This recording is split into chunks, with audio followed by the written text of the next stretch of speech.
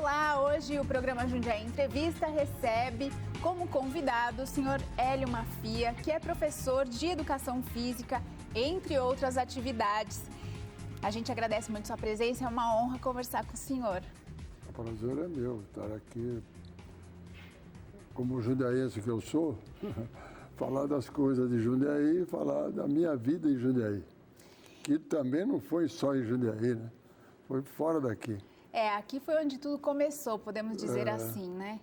Então, vamos contar para quem não conhece muito o senhor como profissional, apesar do seu nome ser muito conhecido, não só aqui na cidade, mas a sua trajetória no esporte. Afinal, Hélio Mafia é sinônimo de esporte, né? Como foi que o senhor começou nessa área? Bom, a minha vida esportiva iniciou, como todo jundiaense da época, na Associação Esportiva Jundiaense, que infelizmente não tem mais a sede aí. E foi ali que foram os primeiros passos, assim, que eu comecei a jogar voleibol. Meu esporte preferido era o voleibol. Joguei voleibol por Jundiaí, joguei pela Seleção Paulista, sou vice-campeão brasileiro de voleibol, jogando pela Seleção Paulista de 62. E então é um caminho que depois eu continuei, fui fazer educação física, depois de cursar em São Carlos, eu voltei para Jundiaí e fui convidado, na época, para ser diretor da faculdade aqui, para criar a faculdade. Escola Superior de Educação Física de Jundiaí. Justamente. Então, o senhor já era formado quando teve esse convite? Convite do antigo prefeito Ibis Cruz, e eu, então, aceitei o convite, porque era formar ainda a faculdade. E eu fui o segundo diretor. O primeiro ficou por pouco tempo e eu fiquei 14 anos diretor. Nesse mesmo tempo, eu já estava ingressando no futebol. Quer dizer, era uma atividade que sai daqui, vai lá, não tinha sossego, não tinha parada assim para dar uma relaxada. E o futebol já começou direto no Paulista? Porque eu sei que o senhor passou pelo Paulista, né? Passei pelo Paulista e quando comecei a carreira de preparador físico foi no Paulista. Eu lecionava no Instituto de Educação. Foi quando me convidaram, sabendo que eu era professor de Educação Física, o diretor do Paulista, Roberto Pique, Bertoni, me convidaram para assumir a preparação física do Paulista. E eu fui, sem pretensão nenhuma, comecei a fazer um trabalho, fui me aprimorando, e do Paulista eu fui para o São Paulo, do São Paulo eu fui para o Palmeiras, do Palmeiras para a Seleção Brasileira, da Seleção Brasileira eu fui para o Guarani de Campinas, depois para o Corinthians. E nesse meio tempo, né, de um clube para outro, quais nomes bem conhecidos dessa área do futebol com quem o senhor já trabalhou? Tem muitos. Tem muitos, começado aqui de Jundiaí, né? Aqui em Jundiaí nós trabalhamos naquela época que o Paulista subiu para a primeira divisão, né? Porque era a segunda divisão, o Paulista subiu para a primeira divisão. E o Paulista tinha bons jogadores na época. E tinha o Lalá, goleiro, o Sérgio Valentim, que depois foi para o São Paulo, chegou à Seleção Brasileira. Quem mais? Tinha o Macalé, tão conhecido aqui em Jundiaí. Raimundinho, Jurandir e Valdir. Jurandir e Valdir era a zaga. Os dois crioulos, sem falar mal da cor. Eu não tenho nada contra, sou até a favor.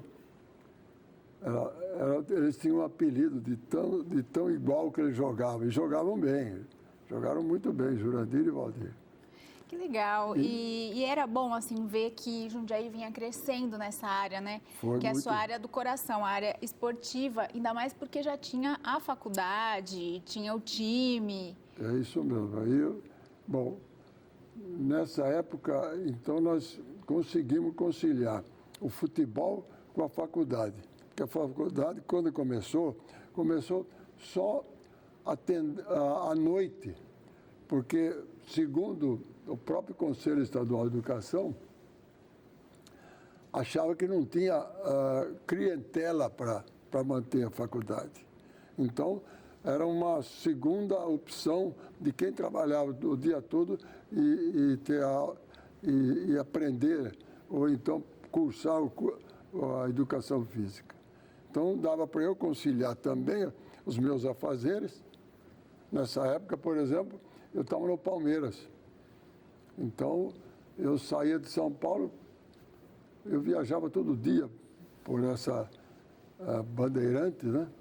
E à noite eu estava sempre na faculdade. E a família? Nessa época o senhor já era casado, já tinha filhos? Casado, começaram os filhos. O Augusto César, depois o João Guilherme, que hoje é o secretário de esportes aí temporariamente. E minha esposa também é colega de turma. Então, nós temos um ambiente de educação física dentro de casa. Todo mundo gosta de esporte? Todo mundo gosta de esporte. Ela jogou basquete por Piracicaba, jogou voleibol por Jundiaí, eu joguei voleibol aqui em Jundiaí. E depois nós cursamos juntos. Depois de muito tempo começamos a namorar e estamos aí. E ainda praticam esporte, porque afinal o senhor se aposentou assim da vida mais profissional, só que acho que deve ter pelo menos uma caminhadinha aí. Eu sempre faço as minhas caminhadas e todo mundo já sabe que eu levanto bem cedo e vou caminhar, vou lá para o lado do cemitério, para aqueles lados lá, porque eu moro no centro, eu moro ao lado do Hospital São Vicente, então para caminhar é o melhor lugar para mim. Chegar além do cemitério, vou passando por lá. E já tentou ir para um parque, um lugar assim mais tranquilo? Não, de vez em quando eu ia lá no ginásio de esporte para andar naquela pista, mas o problema era eu ir até lá. Se eu fosse até lá, eu estaria fazendo uma caminhada. Então eu chegava lá e já vou fazer outra caminhada. Ou vai de carro. De carro, eu evito de andar de carro na cidade. Faz bem. Quanto menos, melhor, porque senão fica muito tempo, né? Cada um em casa, cada um tem seu carro. Não tem jeito, cada um vai para um lado. É verdade, hoje em dia não tem jeito mesmo. Agora me conta, quais foram as suas principais conquistas como preparador físico? Porque a gente tem uma lista aqui que fala várias conquistas de campeonatos, de torneios, campeonato paulista, campeonato brasileiro. O que o senhor tem mais, assim, paixão, que guarda aquele resultado no coração? Aqui é a turma do voleibol, Sempre bom, né? Recordar é viver. Esse time aí foi campeão dos Jogos Abertos aqui em Jundiaí, foi campeão dos Jogos Abertos em Campinas. Mas para falar, voltando ao futebol, porque a atração sempre é o futebol, né? Ainda no Brasil é o esporte, a modalidade mais amada. E tem que ser bem jogado, tem que ser mais respeitados. Verdade. Precisam acabar com os aventureiros do futebol, que se fazem um trampolim até econômico. Isso é complicado até de falar, né? Mas quando eu comecei no Paulista, vamos falar do profissionalismo. Sim. O Paulista subiu, eu era o preparador físico, 68. Aí eu fui para o São Paulo. No São Paulo, trabalhei 3 anos. Desses 3 anos, eu fui bicampeão paulista. 70 e 71. Já em 72, eu fui para o Palmeiras. Fui para o Palmeiras, fui campeão paulista. Em 73, campeão paulista e brasileiro. Em 74, brasileiro, eu não sei bem a relação, aí você deve ter aí. 74 paulista, 72, 74, 76 paulista pelo Palmeiras é o que eu tenho aqui. E brasileiro? Brasileiro 78 pelo Guarani, também 73 pelo Palmeiras. Bom, são tantos títulos. É muito título. Hoje, felizmente, eu quase não lembro, mas para conquistar não foi fácil não, viu? Olha, mas aqui, tá ó, difícil, eu vou dar um panorama geral. Está difícil de lembrar como foi difícil de conquistar. Eu acho que deve ter sido mais difícil até de conquistar, viu? A gente tem aqui Campeonato Paulista da Divisão de Acesso em 68 pelo Paulista de Jundiaí, também Campeonato Paulista em 70 e 71 pelo São Paulo, Brasileiro 72, 73 Palmeiras, Paulista novamente 72, 74, 76 Palmeiras, tem o troféu Ramon de Carranza. Carranza, na Espanha. Ó, que chique! Em 74 e 75. E depois foi bicampeão da Carranza. Palmeiras, 75, ó, o ano que eu nasci. Campeonato Jogava Brasileiro, 78. Beckenbauer, já ouvi esse nome. Então, o Beckenbauer jogava no time da Espanha, que era o Real Madrid. Nós ganhamos do Real Madrid, ganhamos dele. E o Palmeiras foi campeão no troféu de Ramon de Carranza. Isso lá na Espanha. Na Espanha. Deve ser gostoso poder conhecer outros países ou até viajar com a equipe, né? É diferente de uma viagem turística, porque você está viajando ali com objetivo. É verdade. Com isso eu conheci quase, não vou dizer o mundo todo, mas um grande número de países. Japão fui 2 vezes com futebol. Tailândia, e Estados Unidos, bom, e os países da Europa. Algum foi mais curioso? Sempre tem uma atração, né? O mais curioso é que nós, quando fomos jogar no Japão, falaram que estava muito frio lá. Foi em janeiro, um janeiro que eu nunca mais esqueço, sabe por quê? De tanto frio que eu passei. Então realmente estava frio mesmo. Então você tem que comprar agasalho. Nós íamos para o campo treinar, ia com o cobertor do hotel, um cobertor grosso, para a gente aguentar o frio que era demais. E ninguém queria entrar no campo de frio. Mas aí a gente fazia... é assim, é calor, é frio, tá chovendo, tá sol. Os japoneses muito bem vestidos com seus respectivos agasalhos para enfrentar aquela neve. Nós andamos na neve. Gente, cada aventura. Nós ficávamos no hotel olhando o estacionamento, quando aquelas geishas que iam para... Elas passavam, muitas delas escorregavam, porque o gelo era tão... Olha, foi uma experiência que eu não aconselho ninguém, viu? Tá e se for, também tem que ir preparado. Histórias do professor Hélio Mafia. E daqui a pouquinho a gente volta para ouvir um pouquinho mais de histórias desse homem experiente, vivido e conquistador de títulos. Jundiaí Entrevista de volta hoje com o professor Hélio Mafia. E agora o assunto é o livro que conta a trajetória do professor Hélio Mafia. Então o nome é Hélio Mafia, a sua maneira. Aliás, esse título é tudo criação do Gustavo. Vamos contar que é o Gustavo, né? O Gustavo Long de Carvalho, ele é um jornalista que escreveu essa sua biografia. É isso Podemos mesmo. dizer biografia, né? Porque biografia, naturalmente, eu seria o autor, mas não sou o autor. Eu sou a peça principal, mas quem vamos dizer, escreveu sobre tudo isso foi o próprio Gustavo. E ele fez muitas entrevistas com o senhor, te ouviu muito. Com a nossa ida para São Paulo, no mesmo FUT, então eu ia contando umas coisas que eu participei, que participava. E ele falou, por que vamos escrever sobre isso?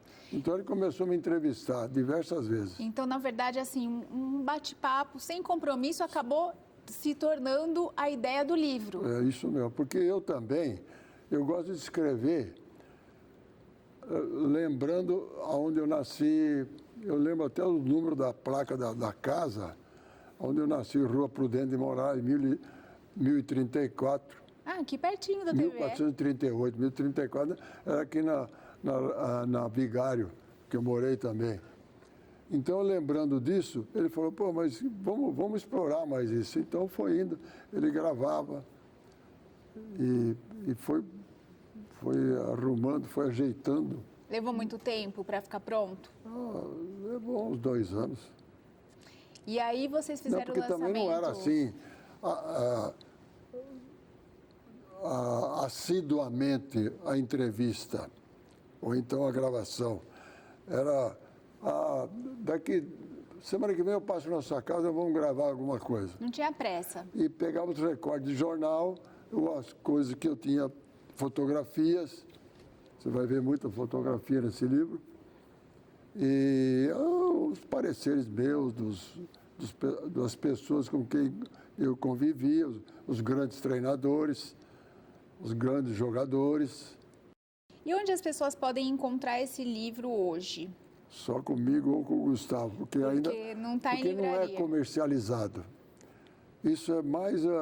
aliás, eu vou dizer aqui uma coisa particular que deixa de ser particular, né? Estou falando numa televisão. Então conta pra gente. Isso aí é presente dos meus filhos. Eles falaram, o senhor não vai cobrar nada de ninguém, vai distribuir o seu livro, sua vida para os seus amigos, para as pessoas interessadas. Que presentão, hein? Olha, e tem história mesmo para contar, não é um livrinho, história, é um livrão, né? Por aí você vê. E nessa trajetória, claro que tem muita ênfase a parte do esporte, mas e essa parte das recordações da infância também? Conta um pouquinho pra gente, como foi sua infância aqui em Jundiaí? Jundiaí? Bom, vamos começar no grupo escolar Conde do Parnaíba, aí na rua Barão de Jundiaí. Onde já foi a biblioteca e hoje é a Pinacoteca? Não, aí em frente, ali o grupo escolar continua ali. Ah, entendi. Grupo Escolar Conde do Parnaíba. Então é mais para frente, perto lá do Centro das Artes, né? Onde é a Escola Conde do Parnaíba hoje. Não sei, eu só sei dizer que o grupo escolar era ali. Foi ali que eu joguei, a primeira vez que eu joguei basquete, sabe por quê? Tinha um professor, Luiz Felipe de Araújo Lima, e todo mundo queria ser aluno dele no 4º ano, aquele tempo era 4 anos de grupo escolar, né? E no 4º ano todo mundo queria ser aluno dele, porque de vez em quando ele arrumava uma bola de basquete e os alunos jogavam basquete. Que era uma coisa diferente. E tem ainda, a quadra está lá, hein? E aí, a finalmente, gente também, nessa época, eles passavam uns filmes de quarta-feira, isso no livro tem. Eles molhavam um lençol para fazer a tela, porque não tinha recurso, e tinha um projetor. Que ideia boa! E nós íamos de quarta-feira assistir o filme que a escola oferecia, que o grupo escolar oferecia. Então dá para ver assim que o senhor gostava da escola mesmo, era um aluno bom. Porque ali eu morava uma quadra antes também, né? Morava na Rua Barão, 967. E o grupo escolar é 1106. Então você vê que tinha o mercado, que hoje é um centro do que é ali? Centro das Artes? Das é lá Artes, onde tem a Sala Glória Rocha. A Sala Glória Rocha, era o mercado municipal ali. Naquela esquina, onde tem um prédio que depois foi a Telefônica, ali onde os vendedores deixavam sua carroça e seus animais pastarem ali naquele quadradinho. Era outra realidade. E a gente jogava futebol ali de vez em quando não tinha nenhum cavalo aí que tenha sujado o chão, nós jogávamos uma bola ali, os companheiros da rua. Sabe, uma coisa que eu me lembro bastante também é quando o senhor era do Panathlon Clube, aqui em Jundiaí. Esse clube não existe mais? Existe. Mas vocês não fazem mais atividade? Ele está desativado hoje. Ah, tá. Porque sabe o que acontece, esses clubes? É clube de boa vontade, clube de interesse. tem que ter uma liderança. Tem alguém que tem que puxar isso. Eu fui governador para o Brasil, viajava 2 vezes por ano para ir nas reuniões na Itália. E tinha muita atividade, tinha coisa no clube ali no centro. E só que agora nós estamos numa fase de reestruturação.